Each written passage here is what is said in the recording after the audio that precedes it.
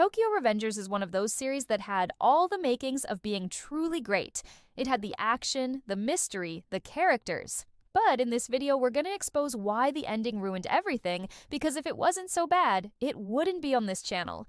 So get your weapons of mass destruction ready, because we're about to drop some truth bombs.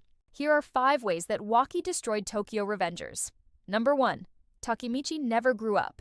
This is kind of hard to believe since the series literally spanned over 200 chapters.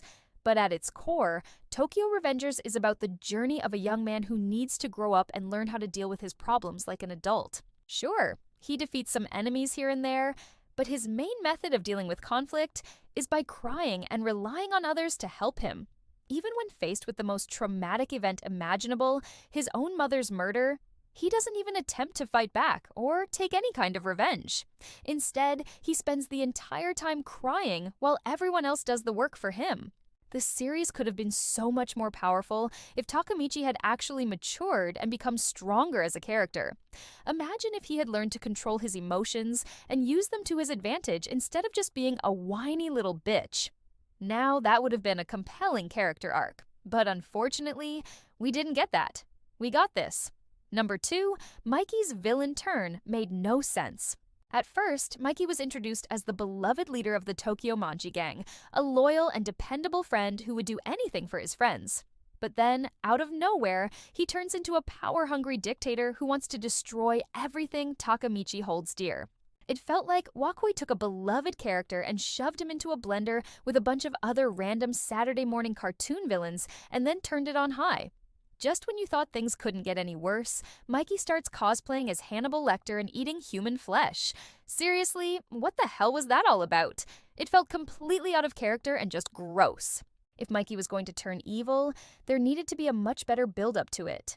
Maybe if we had seen him struggling with the weight of his responsibilities or being tempted by the promise of power, it might have made sense. But as it stands, it just feels like Wakui threw in a random plot twist just for the sake of it. And we all know plot twists are fine as long as they feel earned. This didn't feel earned. Number 3, the final twist was an insult. Throughout the entire series, Takemichi travels back in time to prevent the death of his best friend, Achan. He makes some allies, defeats some enemies, and even becomes the leader of the Tokyo Manji gang. But after all that, we find out that Achan's death was actually a necessary sacrifice to ensure the survival of the species. Yeah, you heard that right. Achan's death was a plot device to ensure the continuation of humanity. What? Where was I when this happened? Because I must have missed the memo about this whole Achan is actually the key to human survival thing. Seriously, Tokyo Revengers had such potential. You could have ended the series with Takemichi saving Achan, and it would have been a satisfying conclusion. But nope, Wakui decided to go in a completely different direction and not only make Achan a plot device, but also kill him off in the most anticlimactic way possible. Like, what was the point of all those time jumps? All that character development for nothing? It's like reading a 200-chapter story, only to find out that it was all a dream.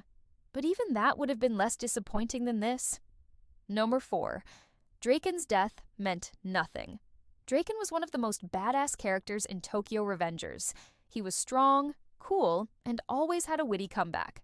But despite being such a fan favorite, Wakui decided to sacrifice him in the most cheap and easy way possible. Draken's death was supposed to be a major plot point, but it didn't have any real impact on the story. Sure, it made Takemichi angry, but that's about it. If Draken's death had actually caused some kind of change in Takemichi's character or led to a more satisfying conclusion, it might have been less disappointing, but as it stands, it just feels like Draken died for absolutely nothing. His death did not serve any real purpose in the story, and it didn't make for a satisfying read. It was just a cheap way to create drama, and it worked all too well. We were heartbroken. And number 5, every interesting side character was wasted. South was one of the most interesting characters in Tokyo Revengers. He was introduced as a mysterious and powerful ally who helped Takemichi on his journey. But what could have been a compelling storyline was completely dropped when South suddenly disappeared from the series. As much as we love Hanma, his introduction as the series' antagonist did not make up for the fact that South's potential was never explored. Imagine if South had been developed into a more significant character. He could have been an amazing addition to the Tokyo Revengers world. But unfortunately, we never got to see that because Wakui decided to focus on the generic boring Hanma. And South wasn't the only one. There were several other side characters who could have been developed further, but they were all pretty much forgotten about once their usefulness to the plot had run its course. So yeah, we have to deduct points for wasted potential. Do you agree with our assessment of Tokyo Revengers? If you enjoyed this video, please hit the like button and subscribe for more content. Thank you for watching.